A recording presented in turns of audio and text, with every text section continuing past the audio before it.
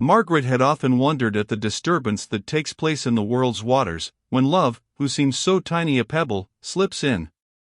Whom does love concern beyond the beloved and the lover? Yet his impact deluges 100 shores. No doubt the disturbance is really the spirit of the generations, welcoming the new generation, and chafing against the ultimate fate, who holds all the seas in the palm of her hand. But love cannot understand this. He cannot comprehend another's infinity. He is conscious only of his own flying sunbeam, falling rose, pebble that asks for one quiet plunge below the fretting interplay of space and time. He knows that he will survive at the end of things, and be gathered by fate as a jewel from the slime, and be handed with admiration round the assembly of the gods. Men did produce this, they will say, and, saying, they will give men immortality. But meanwhile, what agitations meanwhile?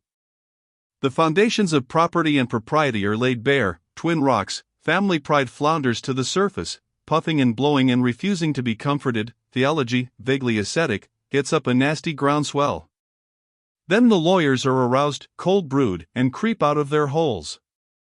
They do what they can, they tidy up property and propriety, reassure theology and family pride.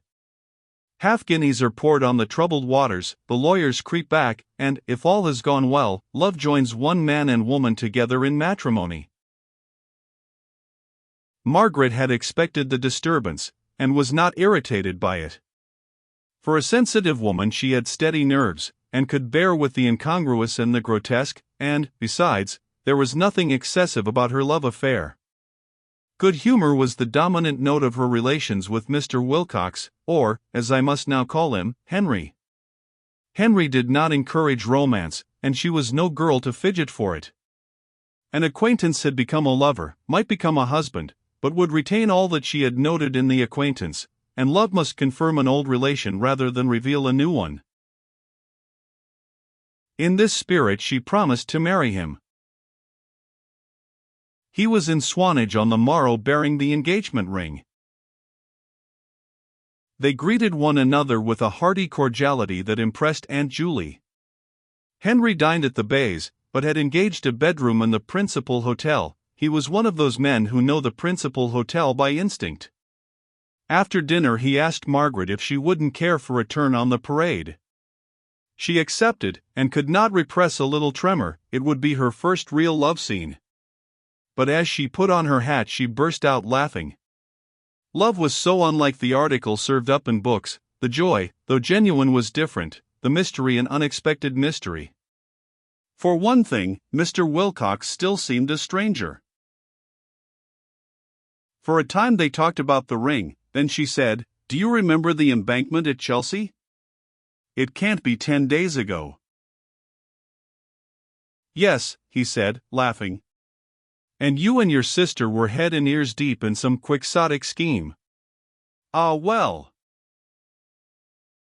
I little thought then, certainly." "Did you?" "I don't know about that, I shouldn't like to say." "Why, was it earlier?" she cried. "Did you think of me this way earlier? How extraordinarily interesting, Henry. Tell me." But Henry had no intention of telling. Perhaps he could not have told, for his mental states became obscure as soon as he had passed through them.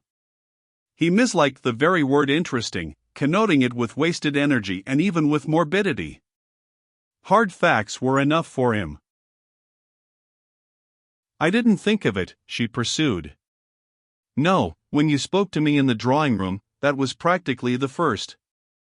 It was all so different from what it's supposed to be. On the stage, or in books, a proposal is, how shall I put it, a full-blown affair, a kind of bouquet. It loses its literal meaning. But in life a proposal really is a proposal. By the way, a suggestion, a seed," she concluded, and the thought flew away into darkness.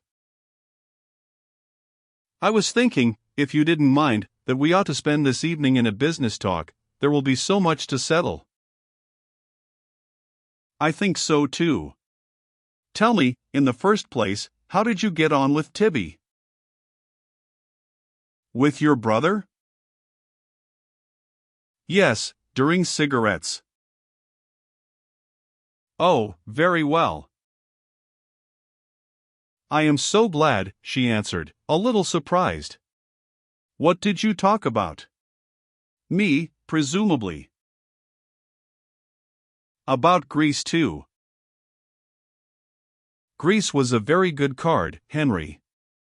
Tibby's only a boy still, and one has to pick and choose subjects a little. Well done. I was telling him I have shares in a currant farm near Kalamata. What a delightful thing to have shares in. Can't we go there for our honeymoon? What to do? To eat the currants. And isn't there marvelous scenery? Moderately, but it's not the kind of place one could possibly go to with a lady. Why not? No hotels. Some ladies do without hotels. Are you aware that Helen and I have walked alone over the Apennines, with our luggage on our backs? I wasn't aware, and, if I can manage it, you will never do such a thing again. She said more gravely, You haven't found time for a talk with Helen yet, I suppose? No. Do, before you go. I am so anxious you two should be friends. Your sister and I have always hit it off, he said negligently. But we're drifting away from our business. Let me begin at the beginning. You know that Evie is going to marry Percy Cahill, Dolly's uncle. Exactly. The girl's madly in love with him. A very good sort of fellow, but he demands, and rightly, a suitable provision with her. And in the second place, you will naturally understand, there is Charles. Before leaving town, I wrote Charles a very careful letter. You see, he has an increasing family and increasing expenses, and the I&W is nothing particular just now, though capable of development. Poor fellow, murmured Margaret, looking out to sea, and not understanding. Charles being the elder son, someday Charles will have Howard's end, but I am anxious, in my own happiness, not to be unjust to others. Of course not, she began, and then gave a little cry. You mean money. How stupid I am. Of course not. Oddly enough, he winced a little at the word. Yes, money, since you put it so frankly. I am determined to be just to all, just to you, just to them. I am determined that my children shall have me. Be generous to them, she said sharply. Bother justice. I am determined, and have already written to Charles to that effect. But how much have you got? What? How much have you a year? I've 600. My income? Yes. We must begin with how much you have, before we can settle how much you can give Charles. Justice, and even generosity, depend on that.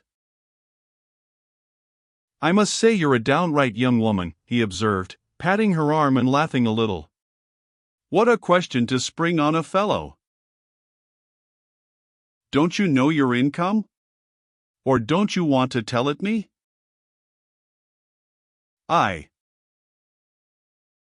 That's all right now, she patted him, don't tell me. I don't want to know. I can do the sum just as well by proportion. Divide your income into 10 parts. How many parts would you give to Evie, how many to Charles, how many to Paul? The fact is, my dear, I hadn't any intention of bothering you with details.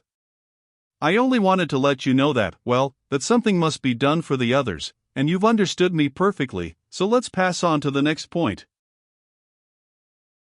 Yes, we've settled that, said Margaret, undisturbed by his strategic blunderings.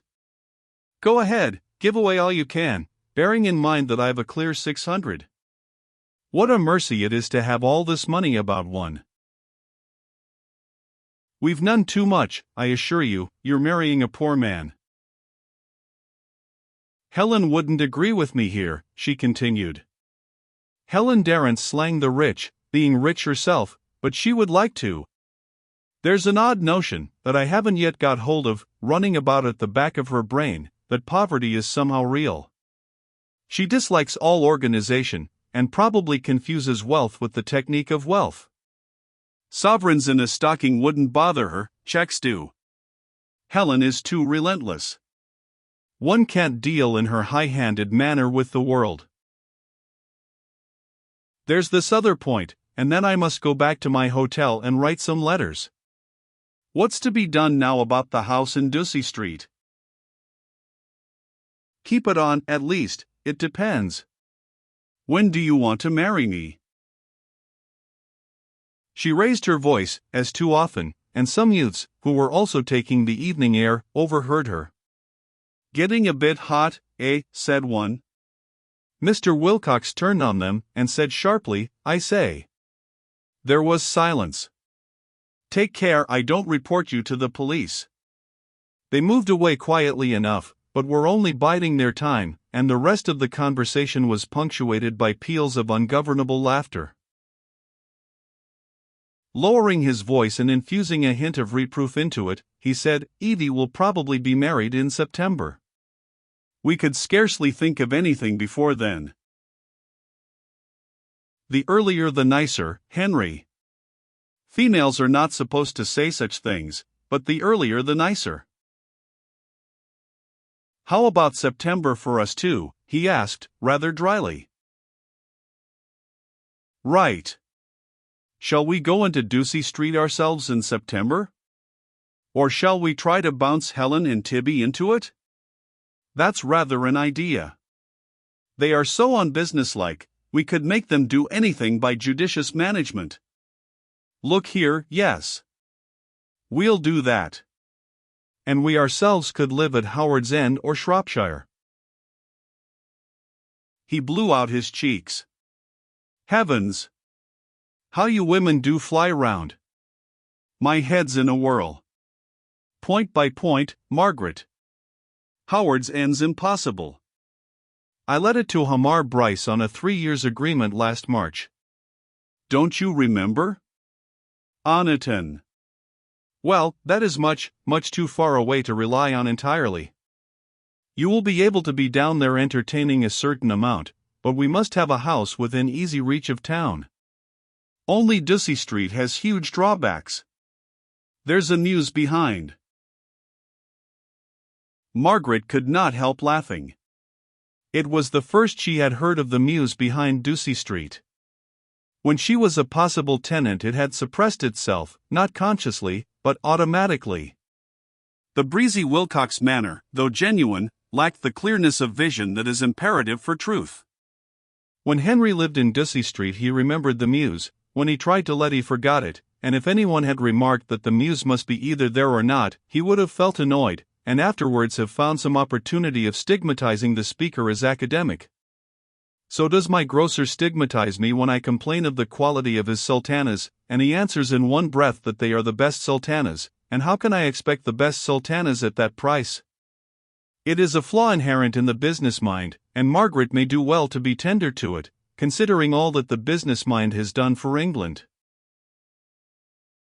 Yes, in summer especially, the mews is a serious nuisance. The smoking room, too, is an abominable little den. The house opposite has been taken by operatic people. Ducie Street's going down, it's my private opinion. How sad. It's only a few years since they built those pretty houses. Shows things are moving. Good for trade. I hate this continual flux of London. It is an epitome of us at our worst eternal formlessness, all the qualities, good, bad, and indifferent, streaming away, streaming forever. that's why I dread it so. I mistrust rivers, even in scenery. Now, the sea. High tide, yes. Hoy-toyed, from the promenading youths. And these are the men to whom we give the vote, observed Mr. Wilcox, omitting to add that they were also the men to whom he gave work as clerks, work that scarcely encouraged them to grow into other men. However, they have their own lives and interests. Let's get on. He turned as he spoke, and prepared to see her back to the bays. The business was over. His hotel was in the opposite direction, and if he accompanied her his letters would be late for the post. She implored him not to come, but he was obdurate. A nice beginning, if your aunt saw you slippin' alone. But I always do go about alone. Considering I've walked over the Apennines, it's common sense. You will make me so angry. I don't the least take it as a compliment. He laughed, and lit a cigar. It isn't meant as a compliment, my dear. I just won't have you going about in the dark. Such people about too. It's dangerous. Can't I look after myself? I do wish. Come along, Margaret, no wheedling. A younger woman might have resented his masterly ways, but Margaret had too firm a grip of life to make a fuss. She was, in her own way, as masterly. If he was a fortress, she was a mountain peak, whom all might tread, but whom the snows made nightly virginal.